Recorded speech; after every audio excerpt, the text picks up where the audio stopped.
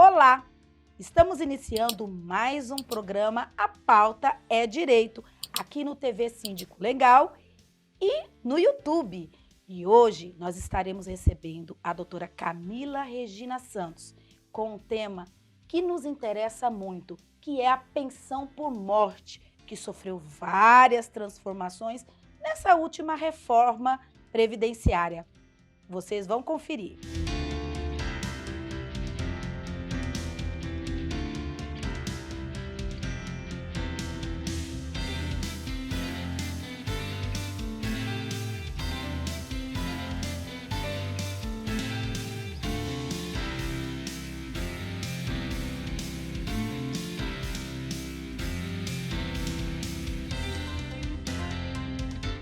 O que te abastece, renova as energias e te faz acreditar na transparência de um olhar, num futuro mais puro. O que te abastece? O inovador, o inteligente, uma nova forma de ver o mundo e matar a sede de fazer diferente?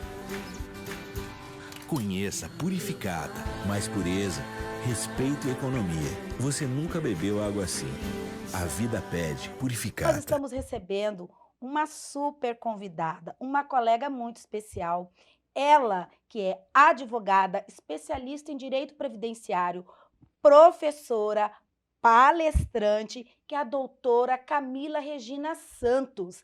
E ela vai tratar de um assunto muito interessante para todos nós, que é a pensão por morte. Uma vez que nós tivemos a reforma previdenciária. Aproveitem o tema para compartilhar. Vocês vão aqui no YouTube, se inscrevam, porque esse tema é fantástico. Muito obrigada, doutora Camila, por aceitar o nosso convite. É uma honra recebê-la aqui. Obrigada eu pelo convite mais uma vez, né, Ana? É sempre um prazer estar tirando as dúvidas da população e estar conversando sobre direito previdenciário. Gente, direito previdenciário, nós falamos que é algo, né, um tema que chama a atenção de todo o público. Eu tenho certeza que vai chamar o de vocês também, porque é muito difícil e é complexo, muda muito. Não só por conta das emendas e das reformas, mas por uma série de regulamentações. E a pensão por morte, em especial, teve muita mudança, doutora Camila?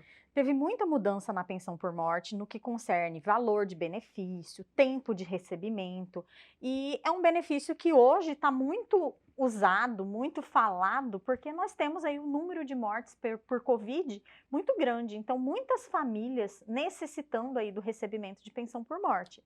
Então é um tema Nossa. muito relevante. E engraçado, assim, o complexo, porque, imagina, a reforma veio e logo depois veio a Covid, não é? E a Previdência, obviamente, né, que não tinha se atentado, quer dizer, queria ter uma redução, e nós tivemos uma solicitação muito grande nesse período.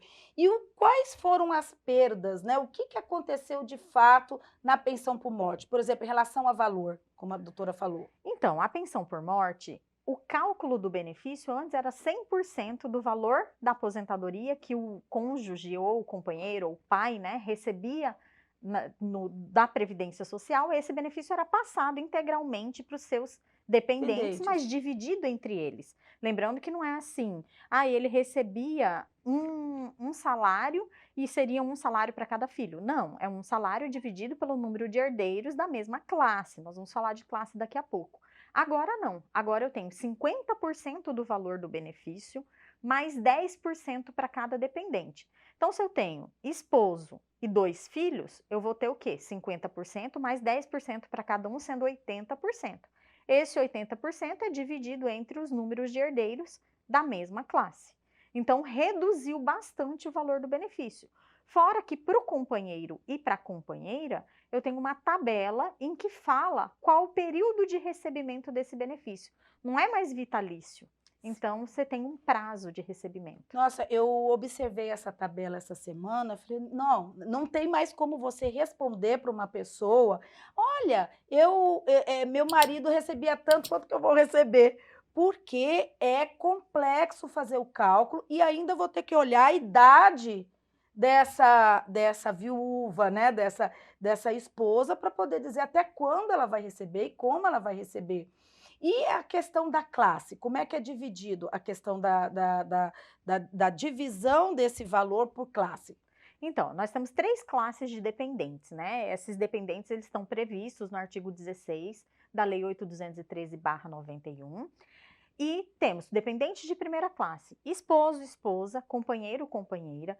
Aqui entra todos os tipos de companheiros e companheiras, inclusive os homossexuais, todas as pessoas que convivem em união estável, elas têm direito ao recebimento de pensão por morte e fazem parte aí do rol de primeira classe, assim como os filhos adotivos, filhos biológicos, crianças que estão em guarda, desde que eu tenha toda a documentação, tudo certinho, também são inseridas aí nesse rol de primeira classe. Lembrando que união estável tem que comprovar a união estável. Filhos que são enteados, por exemplo, eu preciso comprovar dependência econômica, mas todos são de primeira classe. Recebeu a pensão? Divido entre eles o valor da pensão em partes iguais. Agora, dependentes de segunda classe. Lembrando que os filhos são menores ou inválidos até 21 anos, né? Os inválidos vão receber de forma vitalícia e os menores até completarem 21 anos. Segunda classe são os nossos pais.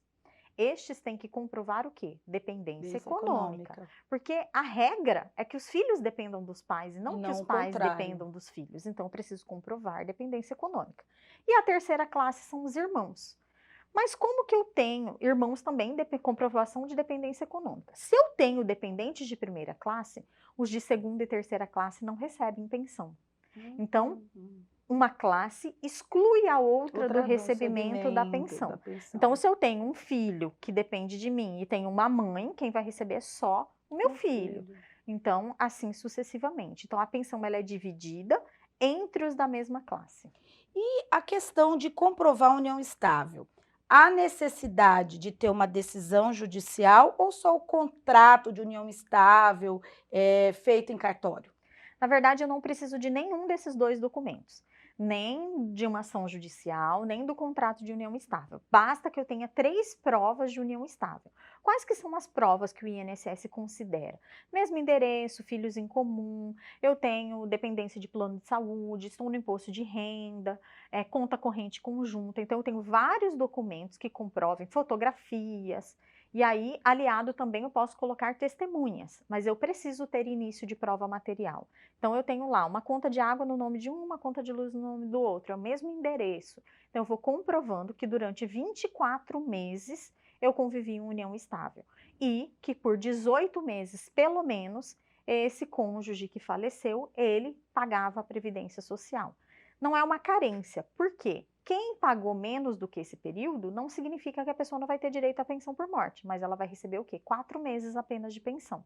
Então, se eu tenho uma união estável inferior a 24 meses, vou receber quanto tempo? 4 meses. Superior a 2 anos, eu vou ingressar na tabelinha. Sim, e quem deixou, por exemplo, divorciou, aí lá consta que ele vai pagar 30% do seu rendimento, né? E falece, deixa uma ex-mulher recebendo pensão, uma atual e filhos. Como é que é feito isso? Porque o que acontece? Nós temos muitas mulheres que muitas vezes é dependente só desse valor. Mulheres que viveram aí 30, 40 anos e aí se divorciam e o marido casa de novo. Como vai ficar a situação dessas mulheres e dessas ex-mulheres? Então, a ex-mulher, ela tem direito à pensão por morte, está pacificado o entendimento desde que ela comprove o quê? Que ela dependia economicamente. Então, aí, no caso, 2 mulheres e 2 filhos, por exemplo, eu vou pegar o valor do benefício dele, vou dividir entre as 4 pessoas. Como que vai ser feito o cálculo? 50%, mas tem 4 dependentes, 10% para cada um, 90% do valor do benefício dividido por 4. E esse é o recebimento da pensão. Aí eu vou olhar o quê? Qual que é a idade da atual mulher, qual que é a idade da ex-mulher, para mim saber por quanto tempo cada uma delas vai receber. Então vejam que não é mais como era antigamente. Então, se você recebe 30% e o valor hoje é 1.000 e você não tem data para extinguir, né? Hoje, se o alimentante falecer, a sua regra de receber não é o do acordo judicial. A sua regra vai ser a regra do INSS. E ainda assim, conforme a sua idade, você pode ver o fim desse pagamento mais cedo. Então, para mulheres que não se prepararam, foi muito injusto, porque o que acontece? A reforma pegou ex-mulheres que nunca trabalharam e que, quando divorciou, obviamente, precisaram de ajuda, porque continuavam fora do mercado. E tem homens que têm uma ex-mulher e uma atual mulher que também não trabalhou, porque nunca deixaram. E elas vão ter que dividir isso com os filhos e ainda com um tempo determinado, quiçá, para poder receber essa pensão. A tabela de idade não achei tão ruim, Ana. Porque assim, você vê uma menina de 21 anos, eu considero uma menina. Ela vai receber por 3 anos a pensão e vai cuidar da vida dela. De 21 a 26 anos, ela vai receber 6 anos. E ela tem a possibilidade de continuar aí trabalhando e suprindo a vida dela. Só vai passar a ser vitalícia aos 44 anos. Então, é uma idade que a pessoa ainda não está ali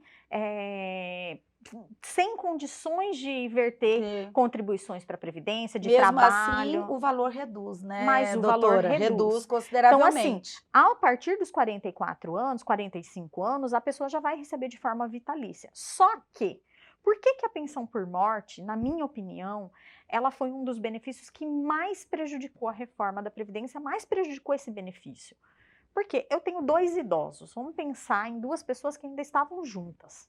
As 2 vertiam contribuições para o sistema previdenciário, as 2 recebiam uma aposentadoria no teto. Vamos ver, R$6.000 cada uma recebia. Então, na velhice, eu tenho um plano de saúde que é muito mais caro. Muito mais. Às vezes, mora num condomínio fechado, tem uma certa estrutura, que é mais caro. Tem uma certa despesa. Toma medicamento, tem uma alimentação um pouco diferenciada. Quando essa pessoa falece, ela não vai mais receber 100%. Já vai cair para 60%. Além de cair 60%, como ela já recebe um benefício, eu não posso mais acumular 100%. Então, ela vai receber, não os 60%, mas um percentual dos 60%, porque ela já recebe uma aposentadoria.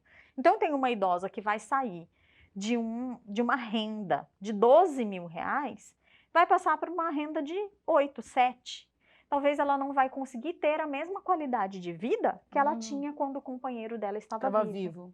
Então, essa questão, no tempo em que ela mais precisa, não é nem o tempo de recebimento, mas é a forma como foi feita. Porque não justifica. Se eu tenho 2 fontes de custeios distintas, eu tenho uma idosa que pagou, eu tenho um idoso que pagou. Por isso eles recebem 2 aposentadorias. Por que reduzir tanto? E uma curiosidade, uma pergunta. Como exemplo, né? Uma ex-mulher, uma mulher e 2 filhos. Esses filhos, quando eles atingem os 21 anos de idade, eles não recebem mais, tá? A menos que tenha comprovado que tem algum problema de saúde, que tenha incapacidade. Mas vamos na situação normal, que eles atingem os 21. Esse valor dos 2 retornam para a viúva e para a mãe dessas pessoas? Antigamente, sim. Antes da reforma, a cota parte dos 2 era transferida para a mãe. Agora, não. Agora, a sua cota parte morre com você. Se você deixar de receber, não é transferido para outra pessoa. Observem que essa reforma, ela é drástica e deixaram de comentar e de trazer os exemplos a público por conta da Covid. Porque assim que terminou a reforma e que começaram os reflexos dessa reforma, toda a imprensa ficou dirigida para o problema sanitário.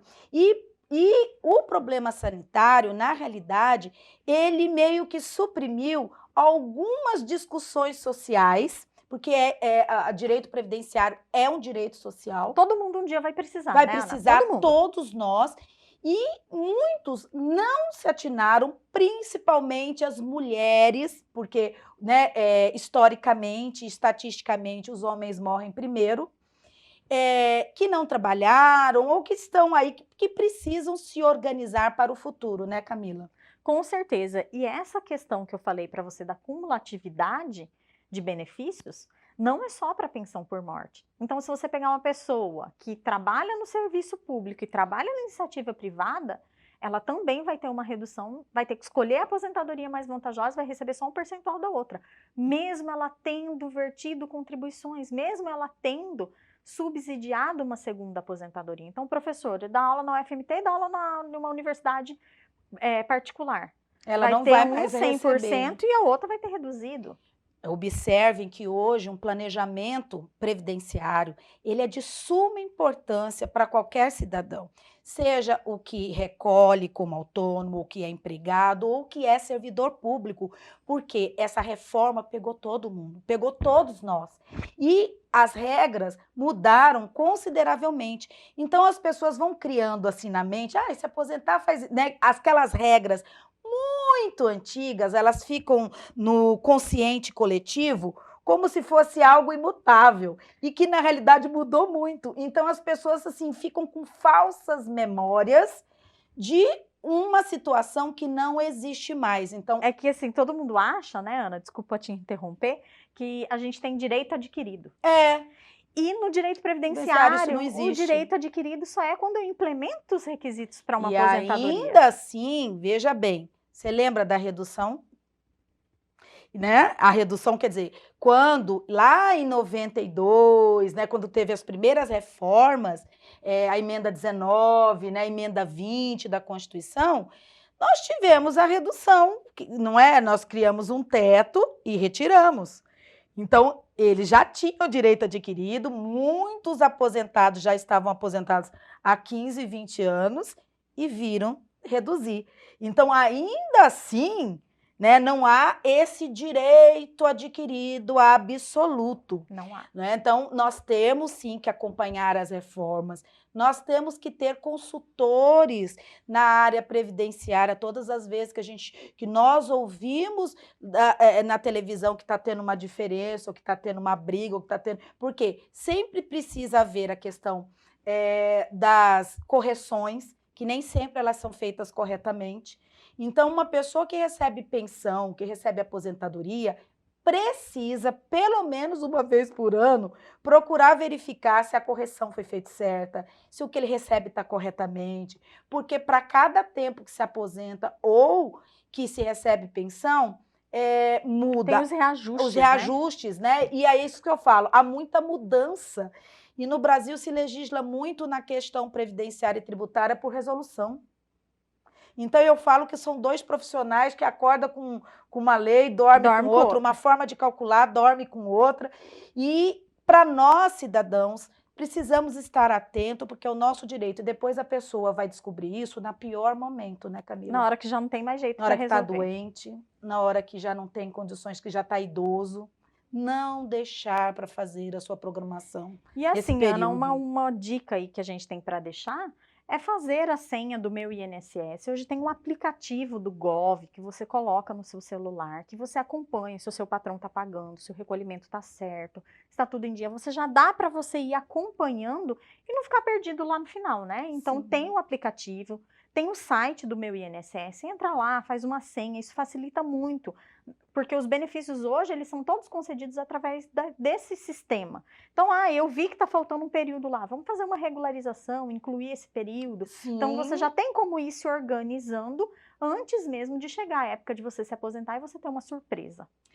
Fantásticas dicas e a informação que a doutora Camila está passando. Eu quero agradecer muito. Gostaria que a doutora deixasse o seu Instagram e também esse aplicativo para que os nossos ouvintes, os nossos telespectadores pudessem, né, acompanhar e estar lá tirando as suas dúvidas. Então, o aplicativo é no site do Meu INSS e você pode instalar através do Gov, é um programinha do governo. Dentro desse Gov tem o Meu INSS, que você tem todas as informações suas, tanto de recolhimento de FGTS, diretamente ligado com a Caixa Econômica, também com o INSS. Meu Instagram é o Camila_Regina, _ADV Previdenciário. Prev, né, no final, com I no final. Muito obrigada, doutora Camila, por nos brindar com essas explanações e tirar essas dúvidas. Muito obrigada, eu estou à disposição. Muito obrigada pela oportunidade mais uma vez. Um beijo. E se você gostou, clique aí, se inscreva e compartilhe, porque quanto mais conhecimento nós temos e compartilhamos, melhores cidadãos nós nos tornamos. Até a próxima! Em 35 anos, Cuiabá cresceu. O jeito de construir mudou. O mundo evoluiu. Nós também crescemos, mudamos, evoluímos. Deixamos um legado na construção civil e agora, mais fortes, vamos além. Com trabalho e confiança, construímos a reputação de uma marca sólida que investe no futuro e evolui para acompanhar o ritmo acelerado deste crescimento. São Benedito. Bons negócios. Resultados extraordinários.